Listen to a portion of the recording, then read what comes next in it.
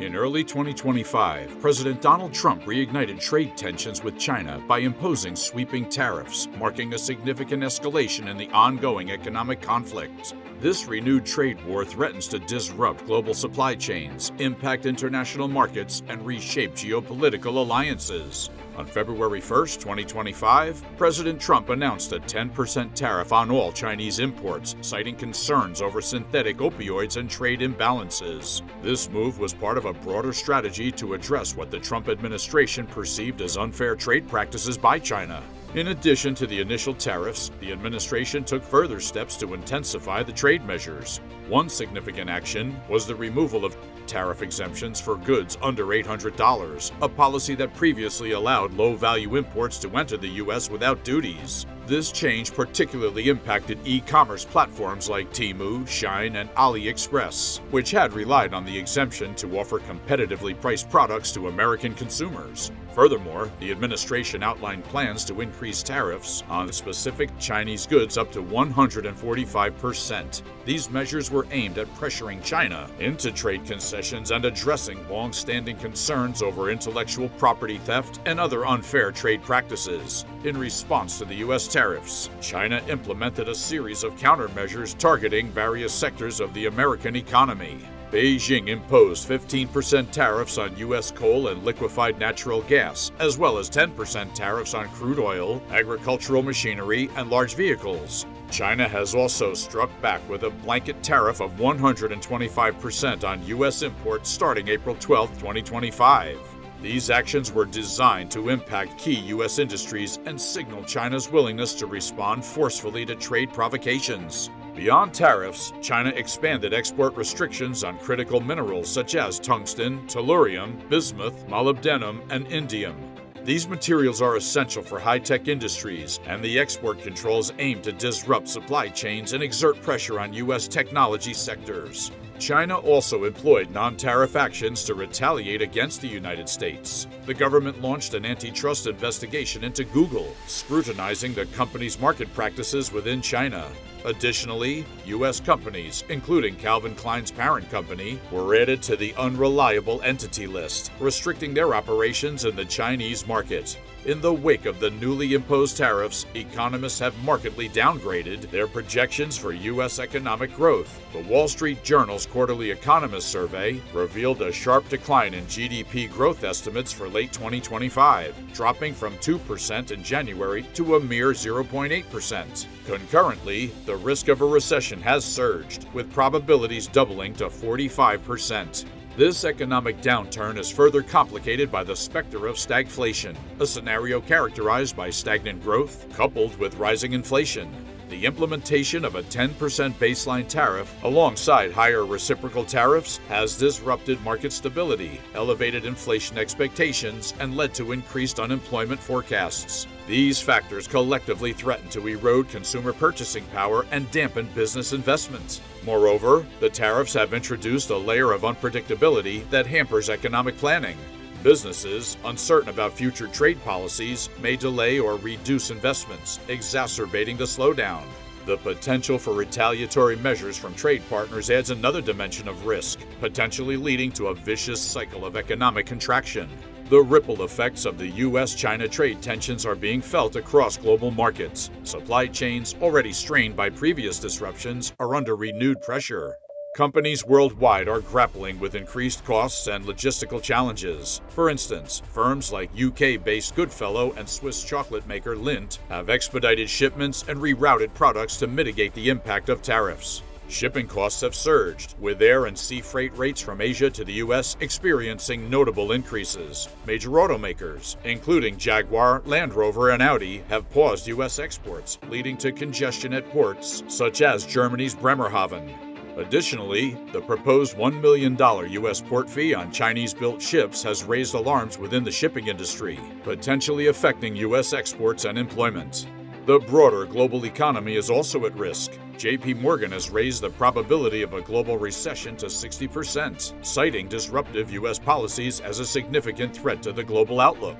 The interconnectedness of modern economies means that trade disruptions in one region can have cascading effects worldwide. Supply chain experts warned that rebuilding reliable sourcing routes could take years, with continued volatility in global trade anticipated.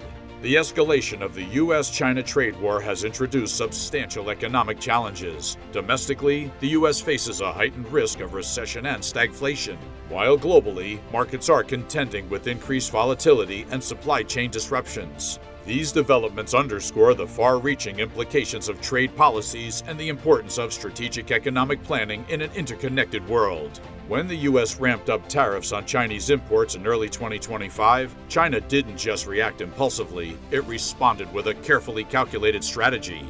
Rather than matching the U.S. dollar for dollar, Beijing chose to target specific sectors that would inflict political and economic pressure on Washington while minimizing harm to its own economy. One of the most striking aspects of China's retaliation was its focus on U.S. exports that are politically sensitive but economically replaceable. For instance, China imposed a 15% tariff on U.S. coal and liquefied natural gas, as well as a 10% tariff on crude oil, agricultural machinery, and large vehicles. These sectors are significant to the U.S. economy and are often concentrated in regions that are politically important, especially in states that heavily supported President Trump. By targeting these areas, China aimed to create domestic political pressure within the U.S., potentially influencing future policy decisions. Additionally, China expanded export restrictions on critical minerals such as tungsten, tellurium, bismuth, molybdenum, and indium. These materials are essential for high-tech industries, including electronics, aerospace, and automotive manufacturing. By controlling the supply of these minerals, China could disrupt U.S. supply chains and increase production costs, thereby exerting further economic pressure. Beyond economic measures, China also took steps to position itself as a responsible global player. By demonstrating restraint and strategic targeting in its retaliatory actions, China aimed to garner support from other nations affected by U.S. trade policies. This approach could help China strengthen its global alliances and present itself as a stabilizing force in international trade, contrasting with the more aggressive stance taken by the U.S. China's response to the U.S. tariffs was not just about economic retaliation. It was a multifaceted strategy designed to apply political pressure, protect its own economy, and enhance its standing on the global stage. By carefully selecting its targets and demonstrating a measured approach, China aimed to navigate the complex dynamics of international trade and diplomacy effectively.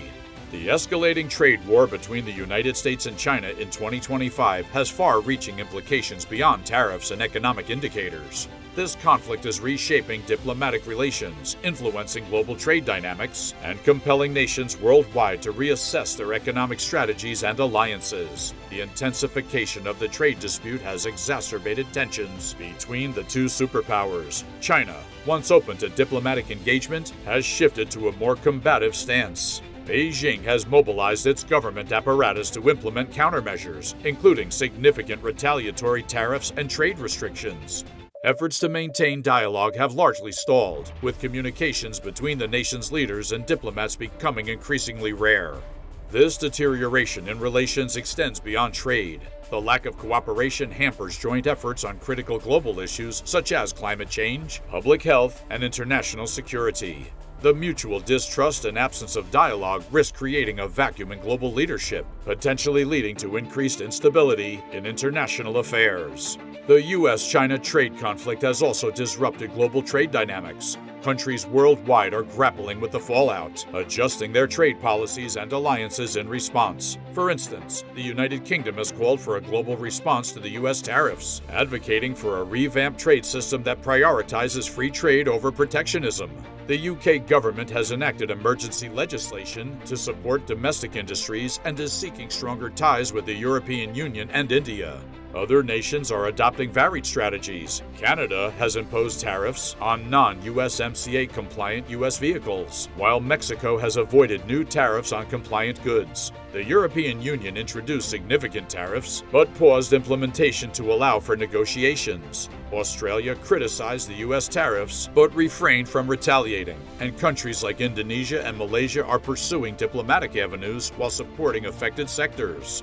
The trade war has also led to logistical challenges. European ports are experiencing congestion due to rerouted shipments, with vessels stranded or diverted, causing delays and increased costs. The U.S. plans to introduce substantial fees on Chinese-made vessels docking at American ports, further complicating global shipping and trade logistics. At this point, do you think the trade wars are achieving the desired results, or is it time to come to a compromise? What are your thoughts? Let us know in the comments below.